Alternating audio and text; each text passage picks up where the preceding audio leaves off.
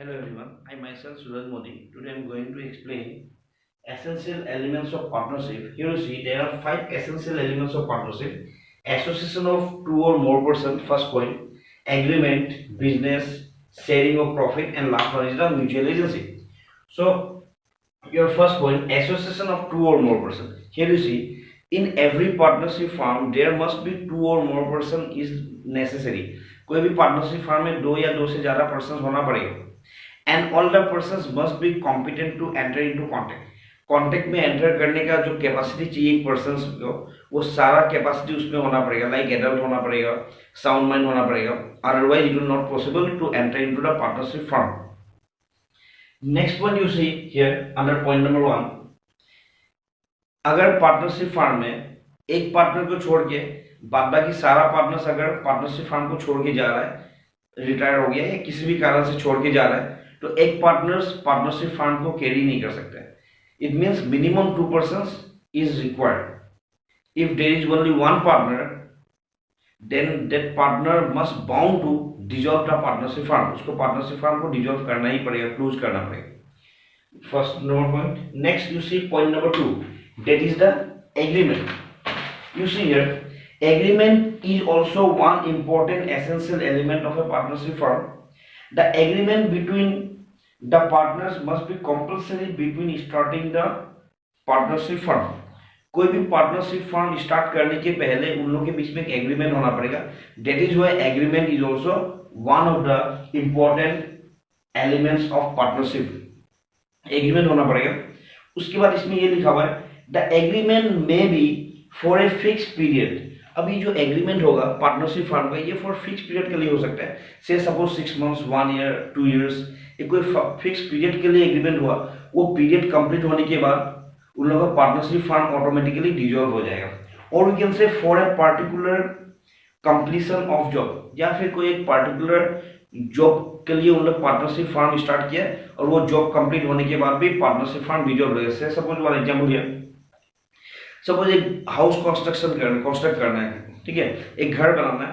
तो यहाँ पे उन लोग का पार्टनरशिप फर्म का जो एग्रीमेंट था, उस एग्रीमेंट ये है कि वो हाउस को कंस्ट्रक्ट करना है. अब हाउस का कंस्ट्रक्शन कंप्लीट होने के बाद उन लोग का पार्टनरशिप फर्म ऑटोमेटिकली डिसॉल्व हो जाएगा.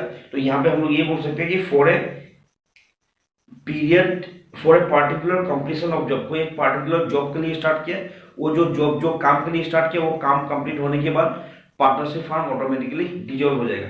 और for a life long period, या फिर पार्टनरशिप फर्म एक लॉन्ग पीरियड के लिए भी हो सकता है. तो यहाँ पे 3 इंपॉर्टेंट पॉइंट है. नंबर 1, पार्टनरशिप फर्म जो हम लोग स्टार्ट करेगा ये कोई एक पार्टिकुलर पीरियड के लिए हो सकता है, या कोई एक पार्टिकुलर जॉब के लिए हो सकता है, या फिर लाइफ लॉन्ग के लिए भी हो सकता है.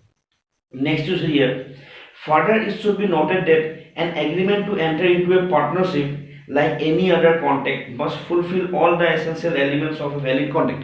यहाँ पे ये बोल रहे हैं कि जो नॉर्मल कॉन्ट्रैक्ट है उस कॉन्ट्रैक्ट का जो एसेंशियल एलिमेंट्स है, वैलिड कॉन्ट्रैक्ट का जो एसेंशियल एलिमेंट्स है, वो सारा एसेंशियल एलिमेंट्स इसका एग्रीमेंट में होना पड़ेगा.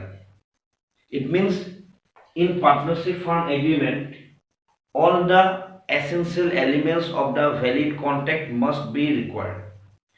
वैलिड कॉन्ट्रैक्ट का सारा एसेंशियल एलिमेंट्स यहाँ पे होना पड़ेगा इस एग्रीमेंट में.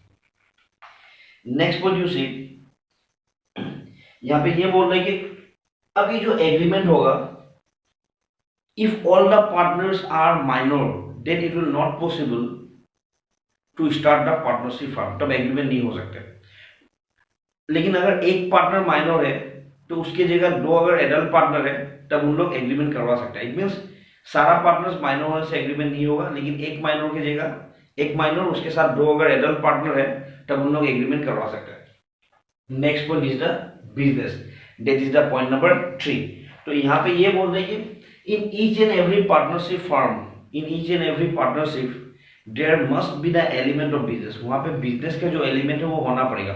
Without any concept of business it will not possible to start the partnership. Partnership start करने के लिए बिजनेस का एलिमेंट होना पड़ेगा, otherwise it will not categorise under partnership firm. अब यहाँ पे बिजनेस का मतलब क्या है? यहाँ पे बिजनेस का मतलब है, here business means any trade, occupation और प्रोफेशन. कोई भी ट्रेड हो सकता है, ऑक्यूपेशन हो सकता है, कोई भी प्रोफेशन हो सकता है. Here business means. Next point number 4, sharing of profit. Sharing of profit, here you see, in every business the motive to earn the profit. सारा बिजनेस का मोटिव क्या है? To earn the profit.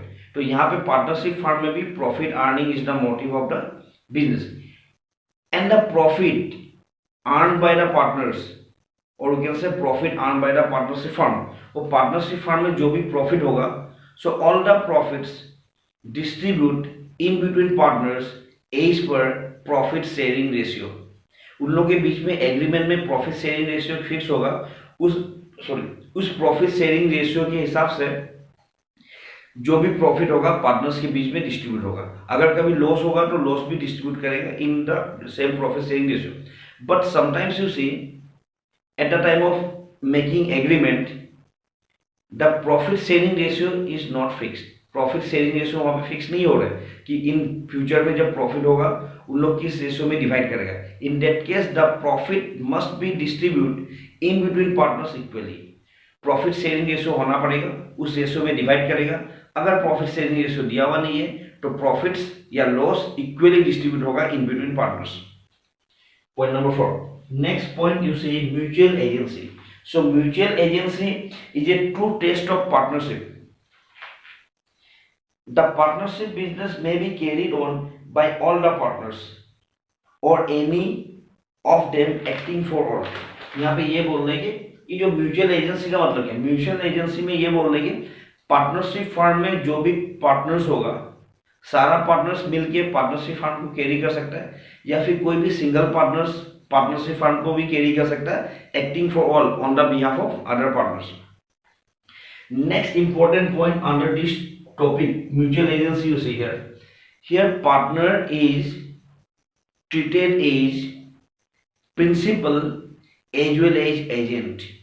यही एक ऐसा बिजनेस है जहां पे पार्टनर प्रिंसिपल और एजेंट दोनों का रोल प्ले करेगा. It means partners is categorise under the principal and also partners is categorise under the agent. Partner agent भी हो सकता है, पार्टनर्स प्रिंसिपल भी हो सकता है. Okay, so these are the 5 important essential elements of partnership firm. Okay, thank you.